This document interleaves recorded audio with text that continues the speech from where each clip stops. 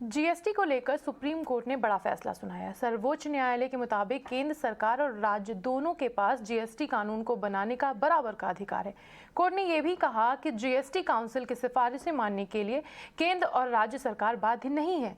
GST पर आए supreme court के इस बड़े फैसले पर हमारे दो सहयोगी दानिश आनंद और प्रकाश प्रियदर्शी हमारे साथ जुड़ रहे हैं। दानिश, पहले मैं आपसे जानना चाहूंगी कि सुप्रीम कोर्ट का ये जो फैसला है, दर्शकों को आसान भाषा में इसकी पूरी डिटेल समझाएं कि क्या है फैसला। देखिए, सुप्रीम कोर्ट ने जीएसटी को लेकर एक काफ़ी अहम जजमेंट पास करी है और ये सुप्रीम कोर्ट ने अपने जजमेंट में कहा है कि जीएसटी काउंसिल के जो डिसीजंस होते हैं उसके चलते हुए सेंट्रल गवर्नमेंट या स्टेट गवर्नमेंट्स बाइंडिंग बिल्कुल नहीं है, वो अपने इनपुट्स बिल्कुल दे सकती हैं। तो सुप्रीम कोर्ट ने काफ़ी एक अहम फैसला सुनाया है और ये जो मामला था वो यूनियन ऑफ इंडिया वर्सेस एक कंपनी के चलते हुए मामला था और सुप्रीम कोर्ट ने गुजरात हाई कोर्ट के 2020 के वर्डिक्ट को अपहोल्ड करा है। तो कुल मिला के अगर देखा जाए तो सुप्रीम कोर्ट ने बिल्कुल साफ कर दिया है कि जहां तक जीएसटी काउंसिल की बात आती है, जीएसटी काउंसिल जिस तरह के डिसीजंस लेता है वो सेंट्रल गवर्नमेंट और स्टेट गवर्नमेंट बिल्कुल बाइंडिंग नहीं है। वो चाहे तो अपनी तरफ से वो इनपुट्स दे सकते हैं। ये मामला काफी पुराना था, लगभग 2 साल पुराना मामला था।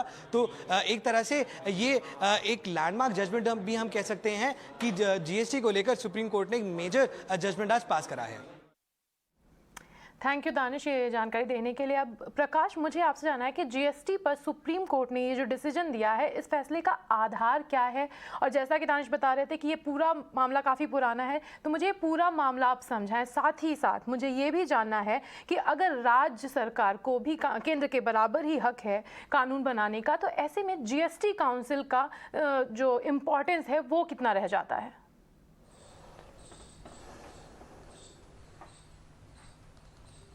देखिए, पहले हमको इस बात को समझना पड़ेगा कि सुप्रीम कोर्ट ने जीएसटी से संबंधित कोई आदेश नहीं दिया है, जिसका जिक्र आप कर रही थी या मेरे सहयोगी कर रहे थे। ये दरअसल एक फैसले के आलोक में इंटरप्रिटेशन है कि जीएसटी के जो भी जीएसटी काउंसिल के जो भी फैसले होंगे या जो रिकमेंडेशंस होंगे उनको सेंट्रल गवर्नमेंट या स्टेट गवर्नमेंट्स मानने के लिए बाध्य नहीं है। ये फैसला दरअसल एक आईजीएसटी के मसले में दिया गया था, जो कि मोहित मिनरल्स प्राइवेट लिमिटेड का एक मामला था, जो कि सी रूट से जो आप सामान मंगा रहे हैं, जो इंपोर्टर्स हैं, उनको 5% आईजीएसटी देना है। और आईजीएसटी लेने का जो अधिकार है वो केंद्र सरकार के पास है। इसको संबंधित कंपनी ने चैलेंज किया था। गुजरात हाई कोर्ट ने कंपनी के पक्ष में यह फैसला भी दिया था। उसके बाद केंद्र सरकार ने सुप्रीम कोर्ट में इसके अगेंस्ट में अपील की थी और उस फैसले को, गुजरात हाई कोर्ट के फैसले को सही साबित किया है सुप्रीम कोर्ट ने, और उस आलोक में यह कहा है कि जो जीएसटी का काउंसिल के जो फैसले हैं वो फैसले यूनिलैटरली, ये जरूरी नहीं है कि केंद्र सरकार या राज्य सरकारें जो है उसको माने। वो एडवाइजरी नेचर में होंगी, वो एक सजेशन है जिसको कि केंद्र और राज्य सरकारें चाहे तो नहीं मान सकती हैं। अब इससे और इस बात को कहते हुए सुप्रीम कोर्ट ने इस बात को भी आधार दिया है कि जो जीएसटी एक्ट है उसमें कहीं भी इस बात का जिक्र नहीं है कि वो इसको मानने के लिए बाध्य हैं। वो जीएसटी के कायदे के हिसाब से अपने लॉ भी पास कर सकते हैं जीएसटी से संबंधित। मतलब ये कि अगर जीएसटी काउंसिल ने किसी प्रोडक्ट पर 28% का जीएसटी लेने का फैसला किया, तो कोई संबंधित राज्य जो है वो उसी दायरे में रहते हुए उससे कम जीएसटी लेने का भी फैसला कर सकती है। ये इसका मतलब हुआ। लेकिन अब सवाल यह है कि इसको लेकर इतनी ज्यादा चर्चा क्यों हो रही है, इसका बैकग्राउंडर क्या है? तो एक और अहम मसला है जिसका मैं जिक्र करना चाहूंगा।